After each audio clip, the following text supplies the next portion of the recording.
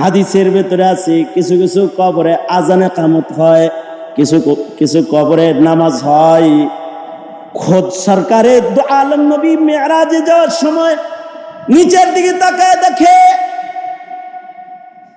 Ahmar পাহাড়ের পাশে মুসা আলাইহিস সালাতু ওয়াস সালাম কবরের ভিতরে দাঁড়ায় নামাজ পড়তেছে। আল্লাহু আকবার বলেন। কবরে দাঁড়ায় পয়গম্বর মুসা নামাজ পড়তেছে। তবে যারা জীবনে কিবলামুখী হয় না, খালি বাবামুখী হয়, কাবামুখী হয় না, এগোর কবরে আবার কাবার দিকে লাইন না, ওই সকল কবরে যাওয়ার সাথে সাথেই কয় বেয়াদব কোথাকার, আজান শুনে দেখোস নাই, জীবনে কাবার দিকে ঘুরোস নাই, ইমামের পিছনে জীবনে দাঁড়াস নাই, আজকে বাবা থুইয়া কাবায় ঘুরছস কে? ঘোর চেহারা ঘুরা দেয়। যার চেহারা ঘুরা দেয় তার কবরের ভিতরে আগুন ধরে যায়। ইন্নাহা সাআত মুস্তাকাররান ওয়া মুকামা। তাদের কবরের ভিতরে গেলে দুই পাশের মাটি তাদের চাপ দেয়, পাজরের হাড় একটা আরেকটার ভেতরে ঢুকে যায়। তবে যাদের চেহারা কবর থেকে কাবার দিকে থাকে তাদের কবর রাউজাতুম মিন রিয়াজিল জান্নাহ হয়ে যায়, আল্লাহর জান্নাতের একটা বাগান হয়ে যায়। এই কাবার দিকে থাকার জরুরত আছে তো? মুতাওয়াজ্জিহান ইলা জিহাতিল কাবাতিশ শরীফাতি। আল্লাহু আকবার। ইকতাদাইতু বিহাদাল ইমাম। কাবার দিকে হইতে আগে ইমাম লাগে। ইমাম করে গোলাম মনে করো না, গোলাম মনে করো। আগে হলে ইকতাদাইতু বিহাদাল ইমাম, তারপরে মুতাওয়াজ্জিহান ইলা জিহাতিল কাবাতিশ শরীফাতি। আল্লাহু আকবার। সুতরাং এমন একটা গোষ্ঠীর আয়োজনে আজকের মাহফিল, যারা মাসাজিদের আইম্মায়ে কেরাম, মসজিদগুলোর ইমাম হাজরাতগণ, মুসলমানের বাচ্চা হিন্দুর পূজায় যায় তাদের মার্কেট গরম করতে পারো, যে ইমামের জানাজা লইবা ওই ইমামদের মাহফিলে আসার ভাগ্য তোমার হয় না। চিন্তা করে দেখো কপাল কিরকম কপাল, ভাইবা দেখো একটু। আমি ব্যক্তিগতভাবে জয়ীফ মানুষ, দুর্বল মানুষ, লম্বা বয়ান করার মতো ইলম কালামও আমার নাই, শক্তি সামর্থ্য নাই। আমার অত্যন্ত স্নেহের মোহাব্বতের ইসমাইল বুখারী, মাওলানা ইসমাইল বুখারী সাহেব যুবকদের কাছে বড় পছন্দের। উনি বৈশা রয়েছে স্টেজে। তা আমি আমার বয়ানের ইতি টানবো আর উনি আপনাদের সামনে বসে যাবেন। কিন্তু আমি যে কথাটা বলবার চাই সেটা হলো, আগে বানানো হয়েছে মসজিদ, তারপরে এই মসজিদের ইমাম নির্ধারিত হয়েছে, তারপরে পৃথিবীতে মুক্তাদির জন্ম হয়েছে। বুঝেন নাই কথাটা? মানে মুক্তাদি আইছে পরে নাকি আগে? আগে মসজিদ হয়েছে, তারপরে ইমাম হয়েছে, এরপরে মুক্তাদি জন্মাইছে।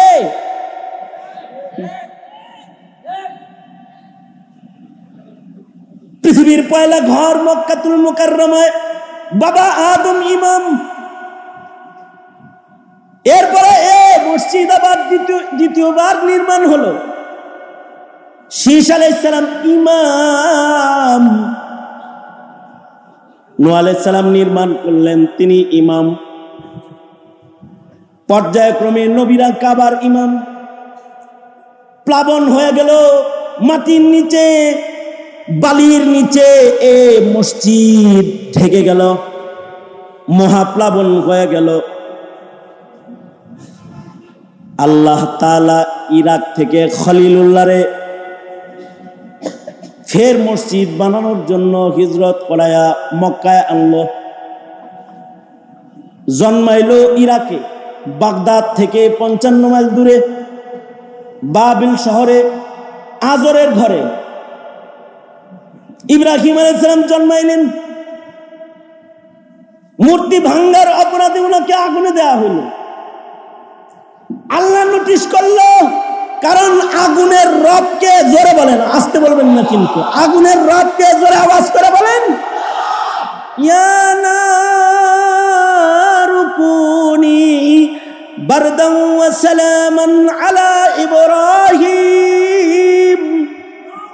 তো ইব্রাহিমের জন্য আগুন শান্ত হয়ে গেল। সর্বনিম্ন 40 দিন 6 মাস মতান্তরে আরো বর্ণনা। আগুন থেকে ইব্রাহিম জিকির করতে করতে বাইরে হয়ে এলো। আগুন থেকে বাইরে হয়ে আসার তামাশা দেখা সব কায়ত হয়ে গেল। একাই সব ইব্রাহিম আলাইহিস সালাম যে নবী খলিলুল্লাহ এটা বুঝা লাগলো। শুধু ইরাকের লোকেরা বুঝলো না তা না, খোদ নমরুদ নিজেও বুঝলো।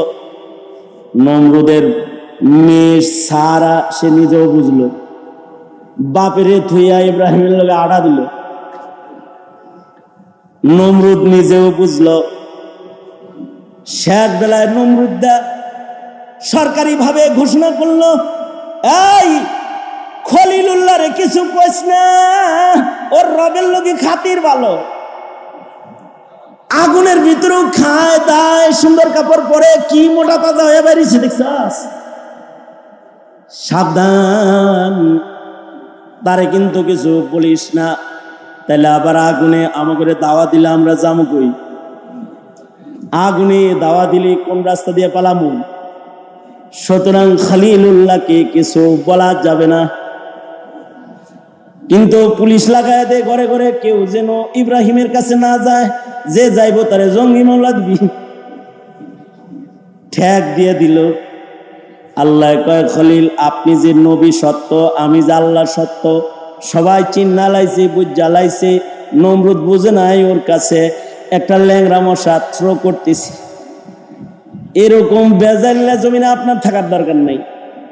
আপনি চলে যান আকসায় আল্লাযী বারাকনা হাওলা, যে আকসার মানুষ ভালো, জমিন ভালো, যেখানে বরকতি জমিন, ওখানে হিজরত করেন। সারা বিবিরে লইয়া আকসার পথে হিজরত করলেন পয়গম্বর। রাস্তায় আর এক বউ মিলছে, হাজের সন্তান হয়েছে সতীনের ঘরে, ছোট বউর ঘরে। আগে বনবাসের নির্দেশ দিয়া বাহানা করে নিলেন মক্কায়, কারণ আসবে রাহমাতুল লিল আলামিন, আর নির্মাণ হবে হুদাল লিল আলামিন। পুনরায় নির্মাণ হবে হুদাল লিল আলামিন, আর এখানে আসবে রাহমাতুল লিল আলামিন। মক্কায় নিয়ে পায়ের গোড়ালির নিচ দিয়া জমজম চালু করা, মক্কা শহরের বালি পাথর পাহাড়ের দাম বাড়ায়া হাবিবের শহর সাজায়া দিলেন। ইব্রাহিমকে ফের সেই প্রথম মসজিদ যেটা আদম বাবা বানাইছে সেটা বানাইতে আদেশ করলেন। ইব্রাহিম পুনরায় বাবার মসজিদ নির্মাণ করে। উনি কিন্তু নির্মাতা না, উনি হলো দেয়ালের উপরে দেয়াল উঠাইতেছে, মানে বাবা আদমের দেয়ালের উপরে উনি দেয়াল উঠাইতেছে। ওয়াইদ ইয়ারফাউ ইব্রাহিমুল কওয়াইদা মিনাল বাইতি ওয়া ইসমাঈল রব্বানা তাকাব্বাল মিন্না, রব্বানা তাকাব্বাল মিন্না ইন্নাকা আনতাস সামিউল আলিম, রব্বানা ওয়াজআলনা মুসলিমাইনি লাকা ওয়া মিন যুররিয়াতিনা উম্মাতাম মুসলিমাতাল লাক ওয়া আরিনা মানাসিকানা ওয়া তুব আলাইনা ইন্নাকা আনতাত তাওয়াবুর রহিম। মসজিদ উঠে আল্লাহর কাছে সব দোয়া করে আলাই দিছে। মসজিদ নির্মাণ হয়ে গেছে, মক্কার দাম বেড়ে গেছে। আবার আকসায় চলে গেছে সারা বিবির কাছে। 13 বছর পরে এখানে আবার সন্তান হয়েছে, নাম রাখছে ইসহাক। সারা কয় হাজেরার সন্তান ইমাম হইল, আমার ইসহাক ইমাম হইব না নাকি? ইসহাক ইমাম বানান, একটা মসজিদ বানান। আপনি খলিলুল্লাহ, আল্লাহরে কন আর একটা মসজিদ বানানোর অনুমতি দিতে। ইব্রাহিম বাবা কোরবানি করলেন। 40 বছর পরে নতুন আদেশ আসলো, ইসমাইলের জন্য কাবা বানাইছ, ইসহাকের জন্য আকসা বানাও।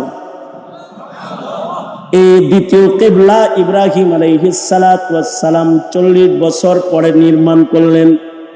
এই ঘরও বারবার নবীরা নির্মাণ করেছে, সুলাইমান নবী নির্মাণ করেছে, বারবার অন্যান্য পয়গম্বররা নির্মাণ করেছে। কারণ মসজিদুল আকসা আবার বনি ইসরাইলের 10,000 পয়গম্বরের কিবলা। সুবহানাল্লাহ, কালকে বলেন, আগামী কালকে সুবহানাল্লাহ বলুন। বনি ইসরাইলের 10,000 উম্মত না, 10,000 পয়গম্বরের কিবলা, যাদের কবর মসজিদুল আকসার আশেপাশে আছে। কারিয়াতুল খালিলে 70,000 পয়গম্বরের কবর আছে।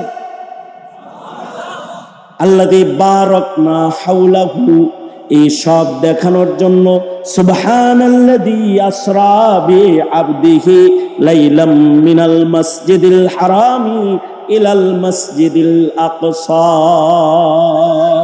এবং আল্লাহর রাসূল মিরাজের রাত্রিতে আকসায় যায় দেখে সব নবী কাতার হয়ে বসে রয়েছে। আল্লাহু আকবার, কাতার হয়ে সব বসে রয়েছে। যেই ফেরেশতা একবার প্রবেশ করে ইবাদত করে বের হয়ে চলে যায়,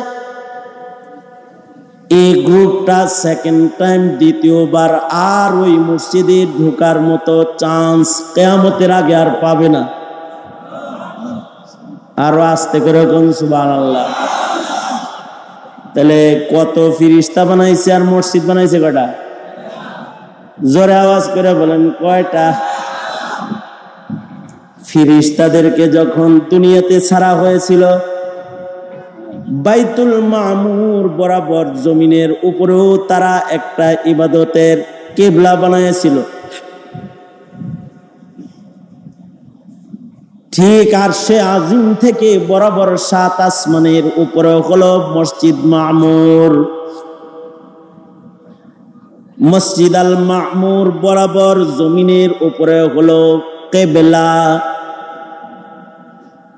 বানাল কাবা আল মালাইকা সুম্মা আদম সুম্মা শীস সুম্মা নূহ সুম্মা ইব্রাহিম।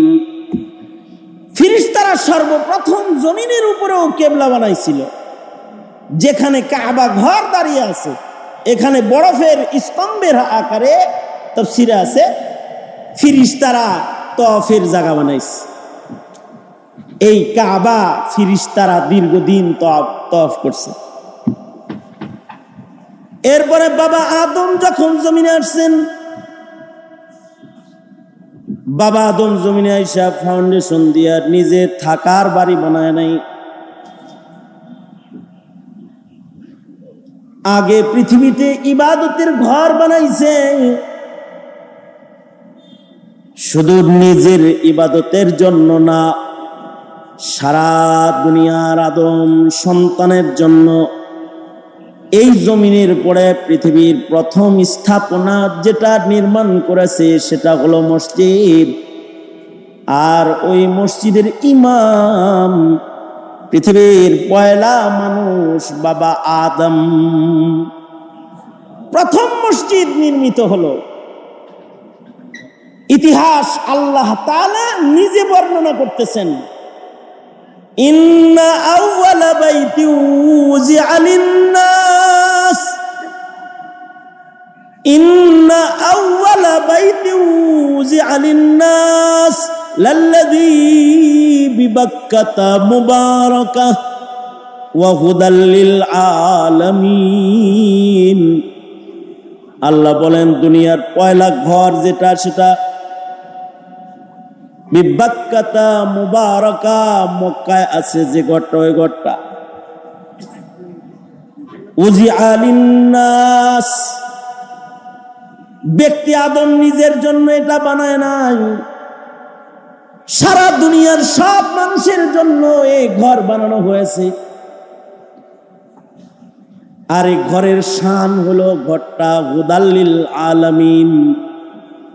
আল্লাহ তাআলা রব্বুল আলামিন মুহাম্মাদুর রাসূলুল্লাহ সাল্লাল্লাহু আলাইহি ওয়াসাল্লাম রাহমাতুল লিল আলামিন। আর যে ঘরটা দুনিয়ায় প্রথম নির্মাণ হয়েছে, এই ঘরের শান হুদাল লিল আলামিন। কিয়ামত পর্যন্ত ঘরের দিকে সকলকেই থাকতে হবে, সব নবীরাও ছিল। এ কারণেই 5 বেলা সারা দুনিয়াবাসীকেও ঘরের দিকে ফিরে দাঁড়াতে হয়। মইরা গেলেও এই ঘরের দিকে ফিরা শুইতে হয়। যদি কারোর চেহারা ও ঘর থেকে ঘুররা যায়, তাহলে হাদিসে আছে তার কবরে আগুন ধরে যায়। এ কারণেই হযরত খাদিজাতুল কুবরা পৃথিবীর পয়লা মুসলমান আল্লাহর রাসূলকে বলে, ওগো সরকার, ওগো সরদার, ওগো আল্লাহর নবী, আমি মরে গেলে আমার গায়ে আপনার ব্যবহারের জামা কাফন বানায় দিয়ে দিবেন। কাফনের কাপড় প্রমাণ করবে আমি আপনার দলের। জার্সি দেখলে দল বোঝা যায়, কয় ব্রাজিল, আর্জেন্টিনা।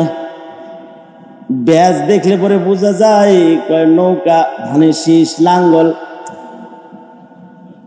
পতাকা দেখলে বোঝা যায় এটা ইসরায়েল আর এটা ফিলিস্তিন। গায়ের জামা দেখলে বোঝা যায় এটা মুসলিম, এটা খ্রিস্টান, এটা বৌদ্ধ। খাদিজা বলে, সরকার গো, আপনার গায়ের জামা একটা আমার কাফন দিবেন। আমার গায়ের জার্সি জামা দেখলে বোঝা যাবে আমি আপনার দলের। আর দ্বিতীয় নাম্বার দাবি হলো, সরকার আপনি নিজের হাতে আমাকে কিবলার দিকে করে শোয়াইবেন। আমার মন বলে রাহমাতুল লিল আলামিন নবী তার বরকতি হাতের দ্বারায় আমি খাদিজারে কিবলার দিকে ফিরায় শোয়াই দিলেই আমার লাশ আর কিবলা থেকে আর ঘুরবে না। আল্লাহু আকবার কাবীরা। যদি কারোর কিবলার থেকে লাশ ঘুরে যায় তো তার কবরে আগুন ধরে যায়। ওলামারা বলেন, কাবায় প্রতি মুহূর্তে বর্ষিত রহমত, এটা যেমন কাবার ছাদ থেকে পৃথিবীর সব মসজিদে মসজিদেও যায়, তেমন কাবার দিকে ঘুরে তাকায় থাকা মাইয়িতের কবরের ভিতরেও যায়, রহমত যায়। বাইতুল্লাহর ছাদের উপরে মুহূর্তে মুহূর্তে 120টা রহমত বর্ষণ করা হয়। তার ভেতরে 60 লিত তাইফিন, 40 লিল মুসাল্লিন, 20 লিন নাযিরিন। 60টা রহমত যারা তওয়াফ করে তা করে দেয়, যারা এর দিকে নামাজ পড়ে মসজিদে দাঁড়ায় দাঁড়ায় সারা দুনিয়া থেকে কাবার দিকে ফিরে যারা দাঁড়ায়, 40টা রহমত তাদেরকে দেয়। আর কাবার দিকে যারা তাকায় তাদেরও রহমত দেয়। কবর থেকে তাকায় রয়েছে, কবর তো কারোর প্রশস্ত, সব কবর একরকম না। কিছু কবর থেকে খিড়কি আছে, সিধা জান্নাত। জান্নাত থেকে খিড়কি খুলে দেয়া হয়। সব কবর কনজাস্টেড না, কিছু কবর প্রশস্ত, কিছু কবর থেকে মাইয়িত হজও করতে হয়। ইনদাল বুখারী, বুখারী শরীফ আছে। কিছু কবরে কোরআনের তেলাওয়াত হয়। ইন্দা ইমাম মুসলিম, মুসলিম শরীফে আছে। কিছু কবরে আজান হয়, ইকামত হয়, জমাতের নামাজ হয়। ইন্দা দারিমি। মসজিদুল আকসায় যেই বিমান ফ্লাইট ঘুরে যায় হেঁটে রেখে জানি কয় ডাইরেক্ট ফ্লাইট না, আরেকটা ফ্লাইট ট্রানজিট। ট্রানজিট আল্লাহর রাসূলকে সফর করানো হলো ডাইরেক্ট না, মক্কা থেকে ডাইরেক্ট হলো আরশ, কিন্তু ট্রানজিটে নিয়ে গেল আকসায়। আকসায় নিয়ে ভিআইপি লাউঞ্জে জান্নাতের মেহমানদারি হাজির। 3টা গ্লাস আসছে, এক গ্লাসে দুধ, আর এক গ্লাসে পানি, আর এক গ্লাসে শরবত। আল্লাহর রাসূল সাল্লাল্লাহু আলাইহি ওয়াসাল্লাম হযরত জিবরাইলকে বলে কোনটা খামো? দুধ খান। নবীর নবুয়তের সাথে, ইলমের সাথে, ঈমানের সাথে, সাদাকাতের সাথে, আখলাকের সাথে দুধের মিল, এটা খান, এটা পান করেন। নবীজি দুধ খেয়ে দেখে সব নামাজের লেগে দাঁড়াইছে, কে ইমামতি করবে? জিবরাইল বলে আপনি ইমামতি করেন। আল্লাহর রাসূল ইমাম, আকসায় তিনি নবীদের ইমাম। এবার মদিনায় আসছে, এবার আল্লাহ কয় বন্ধু জান্নাতি মাটি আছে একটা, এটা আমনের লেগে রেখে দিছি, মদিনাও বরকত কম না। আল্লাহু আকবার, জোরে আওয়াজ করে বলেন। এখানে রাউযাতুম মিন রিয়াজিল জান্নাহ আছে, মা বাইনা বাইতি ওয়া মিনবারি রাউযাতুম মিন রিয়াজিল জান্নাহ। আকসা যেমন বরকতি, মক্কা যেমন বরকতি, মদিনাও বরকতি। আপনি এনে মসজিদ বানান। আল্লাহর রাসূল সেখানে মসজিদ বানালেন। আল্লাহর রাসূল বলেন তিনটা মসজিদ সারা দুনিয়াতে সবচেয়ে দামি। মক্কা 1,00,000 রাকাতের সওয়াব, আকসা 500 রাকাতের সওয়াব, মসজিদুন নবী 1000 রাকাতের সওয়াব, ফি রিওয়ায়া আকসা 50,000-এর সওয়াব, মসজিদে নববী 1 রাকাতে 50,000 রাকাতের সওয়াব। আল্লাহ তাআলা বরকতি মসজিদ এগুলোকে বানাইছেন। আর ইব্রাহিম বাবা কাবা বানায়া যে মাটি ছুঁড়া মারছেন, মাটির দানা যেখানে যেখানে পড়ছে ওখানে ওখানে মসজিদ। আর ওইখানে মুহাম্মাদুর রাসূলুল্লাহর নায়েব যারা, তারা মসজিদের ইমাম। মক্কায় যেমন ইসমাইল ইমাম, মদিনায় যেমন হাবিবুল্লাহ ইমাম। মক্কায় হলো জাবিহুল্লাহ ইমাম, আর আকসায় হলো রূহুল্লাহ ইমাম। ইসহাক আলাইহিস সালাম ইমাম, বনি ইসরায়েলের সব নবীরা ইমাম, জাকারিয়া নবী ইমাম। সারা দুনিয়ার মসজিদে মসজিদে যত আলেম আছে এরা ওয়ারাসাতুল আম্বিয়া, এরা ইমাম। ফাইজলামি করলে এগুলোর লগে খোদার গজব তরে ধরবে। আব্দুল বিলাদি ইলাল্লাহি মাসাজিদুহা, আল্লাহর কাছে হোয়াইট হাউসের দাম না, আল্লাহর কাছে মসজিদেরই দাম। ঠিক আস্তে করে বলিস কেন? জোরে আওয়াজ করে বলো। সুতরাং মিল্লাতের মসজিদ ও আইম্মায়ে মাসাজিদকে সম্মান করে চলাফেরা করো, তাকদীর ভালো হবে। তাছাড়া ইমামদের সাথে যারা বেয়াদবি করেছে নবীদের সাথে, তাদের তাকদীরে আগুন লেগেছে, আগুন লেগেছে, আগুন লেগেছে। এ কারণে বলছি মিল্লাতের উলামায়ে কেরাম, আইম্মায়ে মাদারিস, আইম্মায়ে মাসাজিদ জেলখানা আটকে রেখো না, ছেড়ে দাও, তালা খুলে দাও। আল্লাহ সহি বুঝদান করো। আইম্মায়ে কেরাম ও মাসাজিদের সম্মান রক্ষা করার তৌফিক আল্লাহ তাআলা সবাইকে দান করুন। আমিন বলেন।